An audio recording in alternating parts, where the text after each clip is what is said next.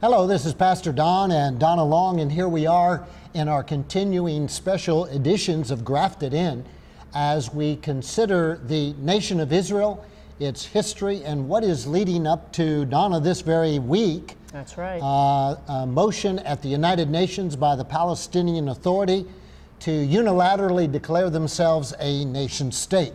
The last week we were sharing with you about the Six-Day War, which was, many people don't understand their history, but the war was really declared by the Arab world. That's right. When they blockaded the Straits of Tiran and threatened to totally destroy Israel, massed their armies at her border, and Israel wisely understood war was about to break, and so they launched a preemptive attack to defend herself by taking out the Egyptian Air Force, the Syrian Air Force, and the whole world watched in amazement as in 6 days, Israel totally destroyed the enemy air forces, gained all of the Sinai, the Golan Heights, all of Jerusalem, and the Arabs were so overwhelmed by that they ran to the United Nations. Please help us, please help us.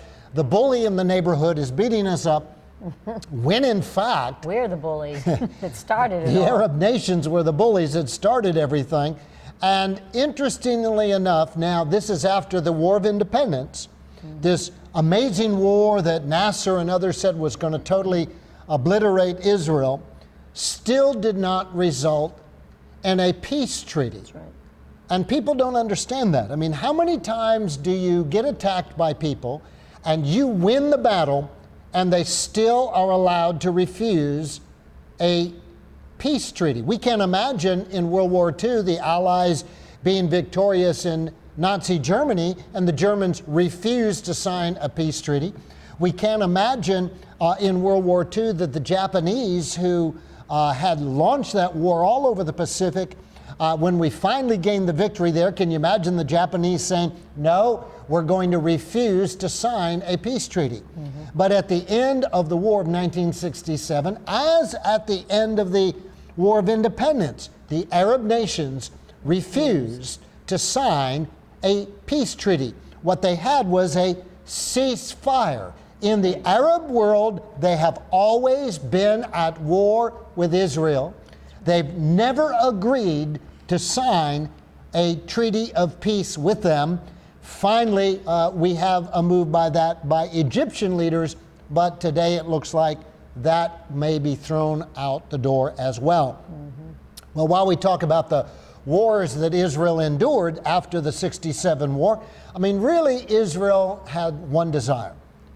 And Donna, that desire was to live in peace. That's right. That's all they've ever desired. Right. And you've met the people in Israel, and can you describe them for us? What kind of people they are? I mean, are they warlike people or what? No, I think that the world could stand to learn a lesson from the people of Israel. They are more fair than any other people group that I've ever seen. They give rights to people that are declaring that they're their enemies, but they give them rights. They treat people equally. They walk in a land that most of us would be so intimidated by living in, and they walk in love, they walk in happiness, there's joy, the children are dancing, singing, freedom and all that.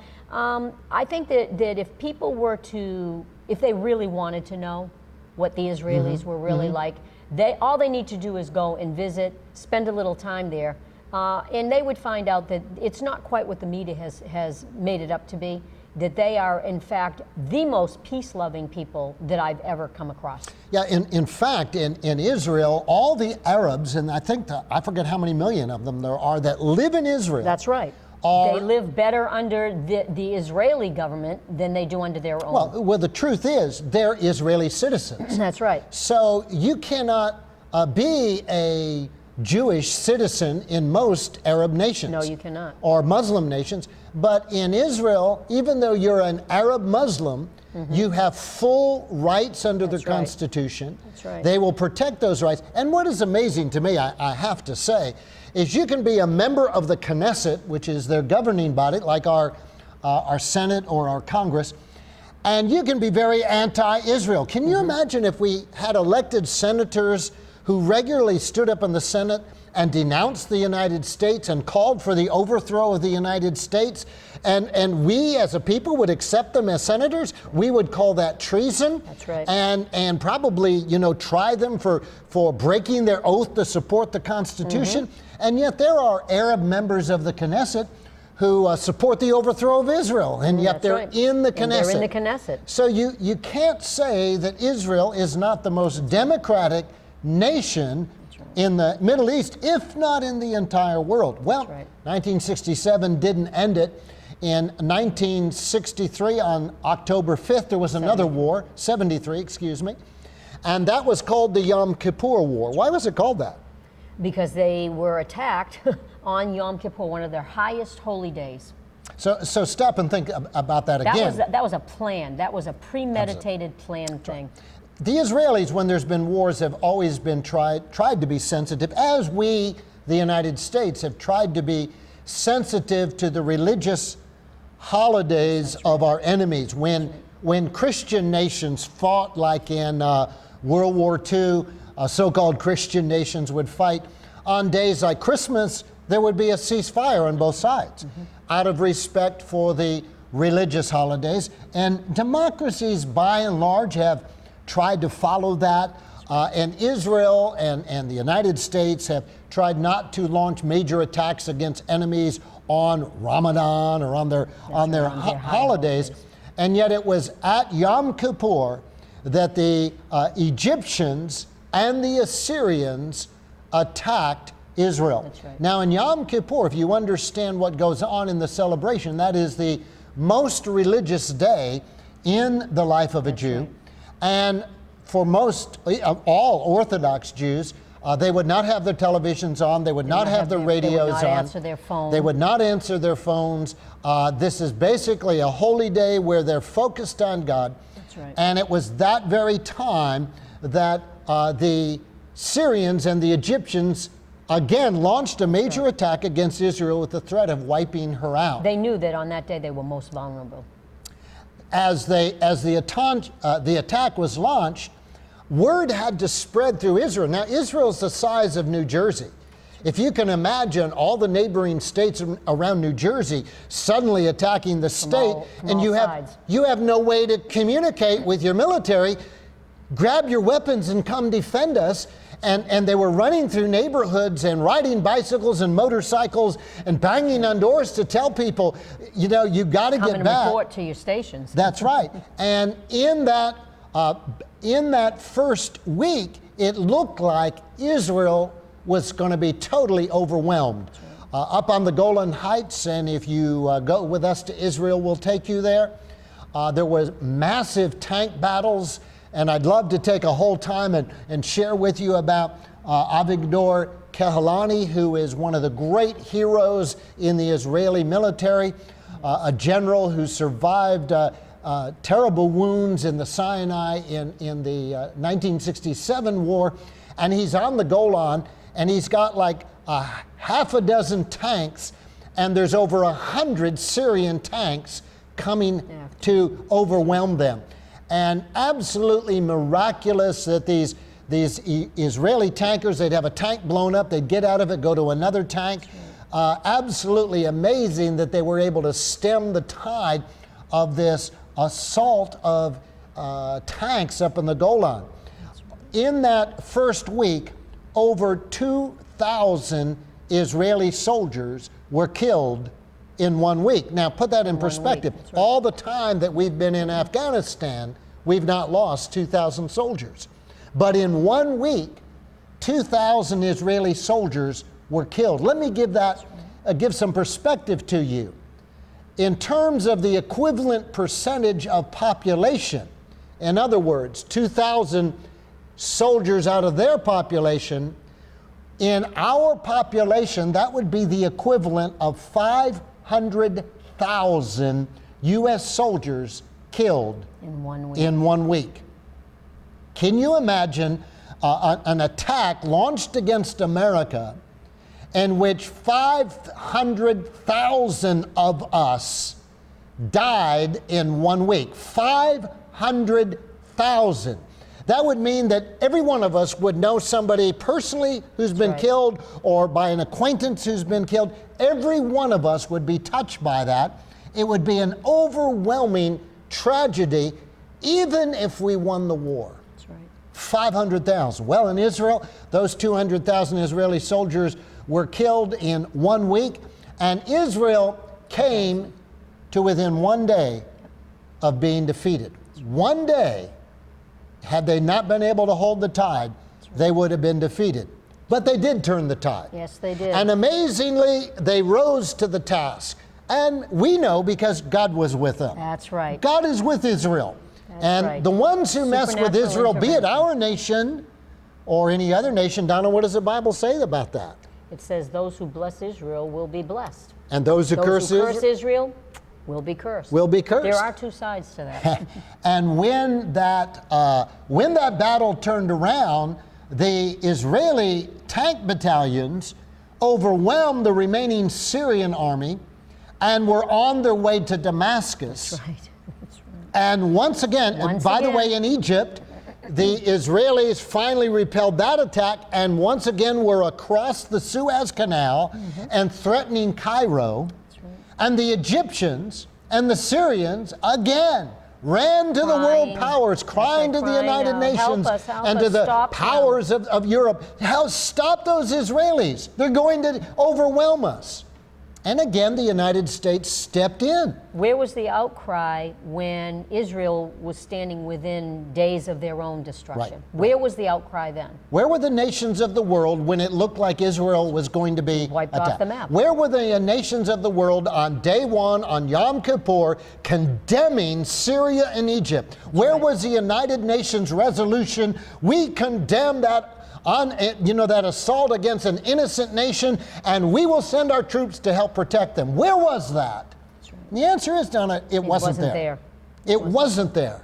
And we need to face the fact that in this world, there is tremendous hostility against Israel. There always has been. The Bible tells us there always will be, because Israel is God's favorite, and there's a real enemy in this world, Satan, who hates anyone who belongs to God. Well, that war supposedly ended, but war took another form, and Arafat was the one who came up with this.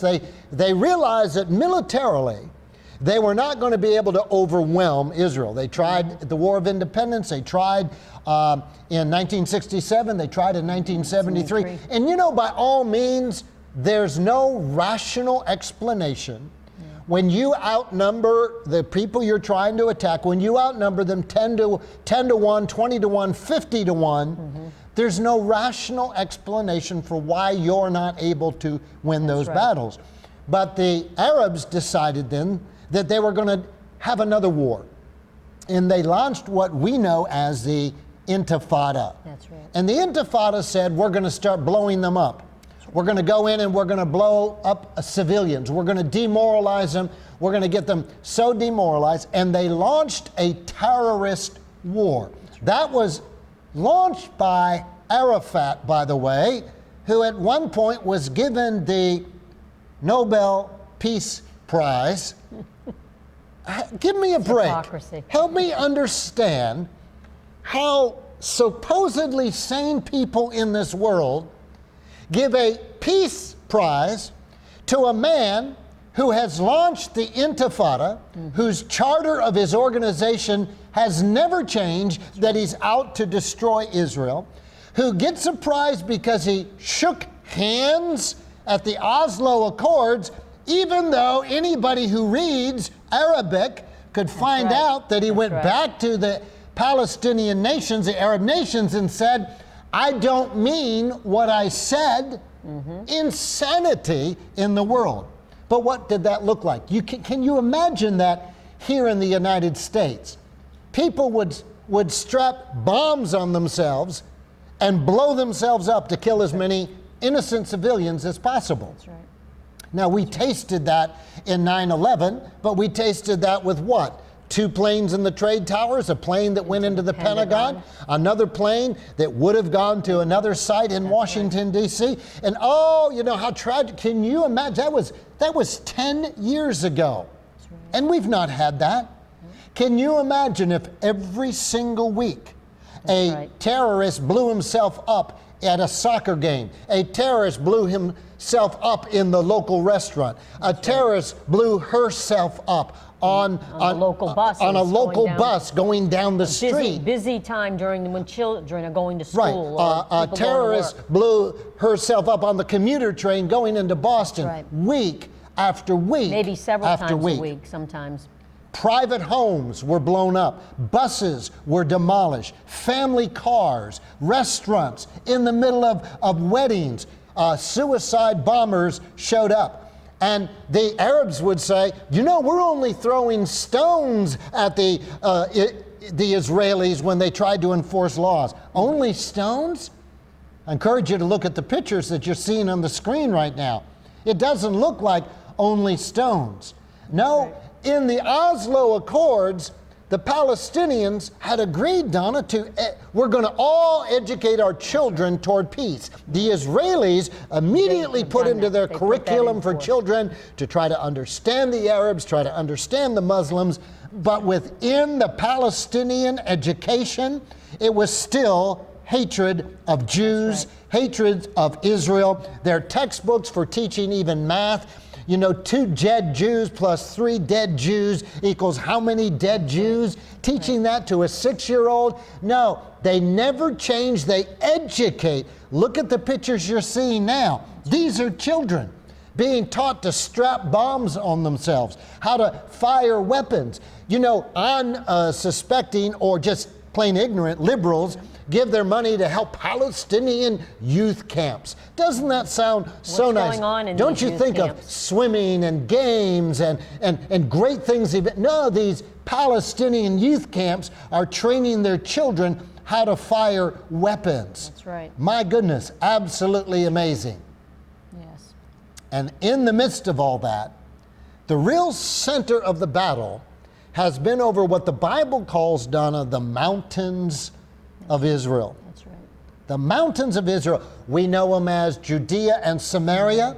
You probably know them by what the press calls them as the West Bank. Why? Because it's on the west side of the Jordan River. If you look at a map of Israel and the Jordan River comes down, this is a section west of the Jordan River that was occupied by the Jordanians after the War of Independence. No peace treaty was ever signed, ever, that gave the West Bank to the Arabs. No peace treaty.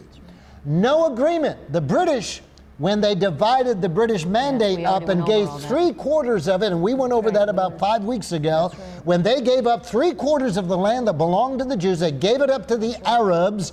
That is the nation of Jordan. It did not include what is called the West Bank.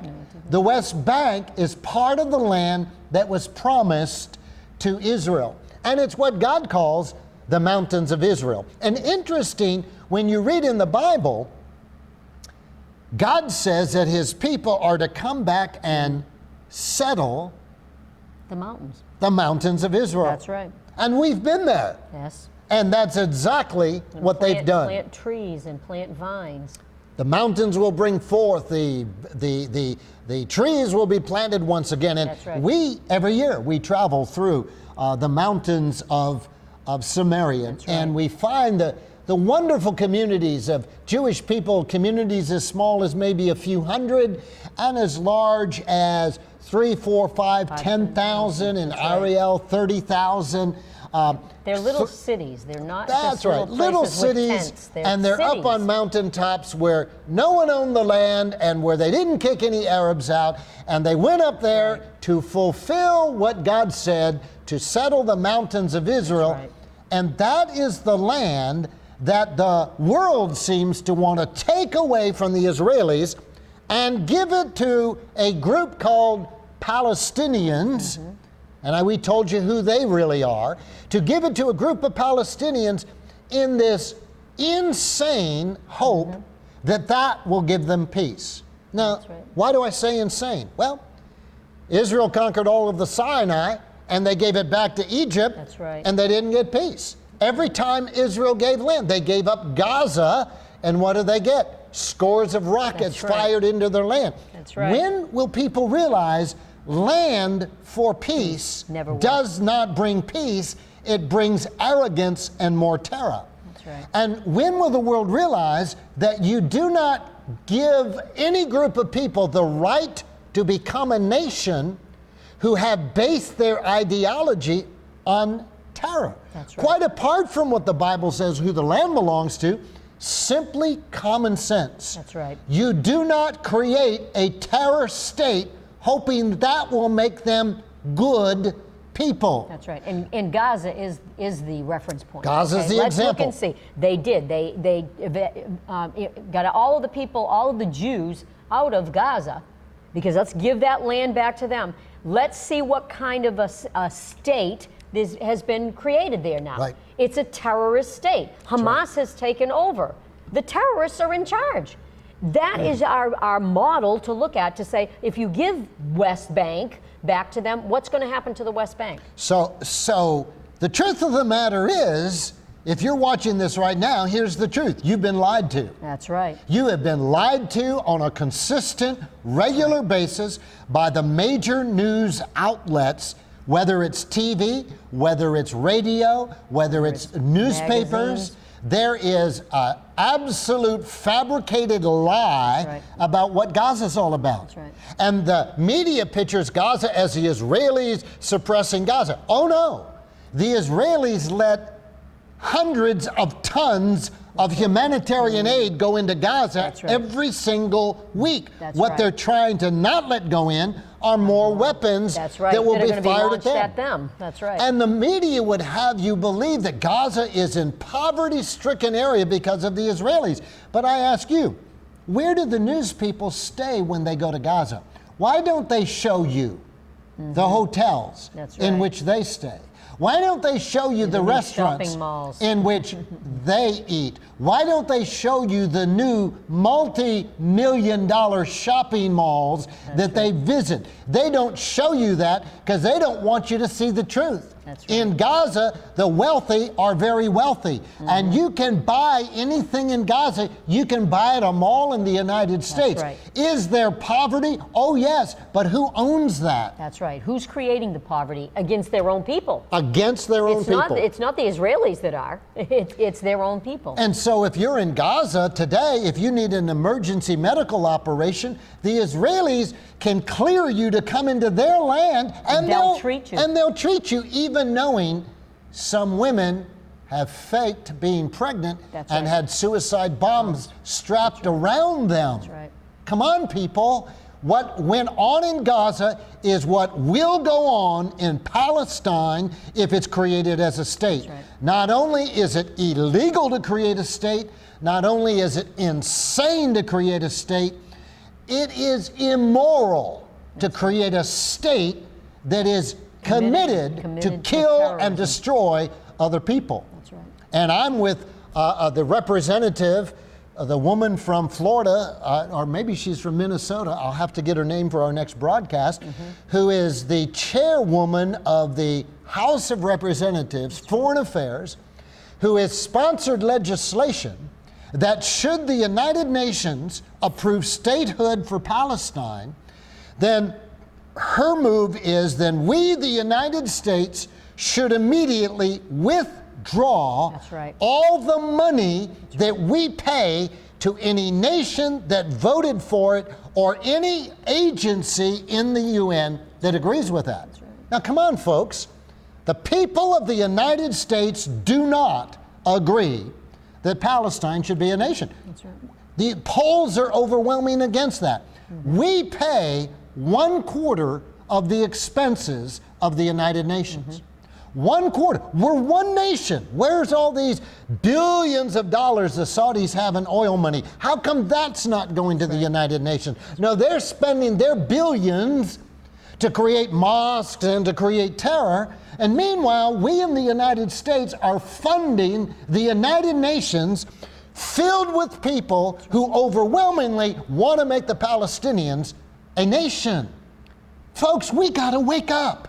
It's time that we call our senators and call our representatives, that we say to John Oliver, enough is enough, that we will not pay to create a terrorist state. And if the United Nations votes to do that, then we will begin to withdraw from an organization that is dead set against our values as an American democracy. Why don't we say to the UN, look, you don't like us? You don't like our values. You're against us. You have people, you invite Ahmadinejad to come in and denounce us right in New York City. Well, fine. Have your United Nations, but build it somewhere else. As of January, you're evicted from the UN building. We claim it as ours back again. Go build a new United Nations in Saudi Arabia. Build it somewhere else. Maybe we'll come and maybe we won't, but we're not going to sponsor an organization set against the sovereignty of God's people, Israel.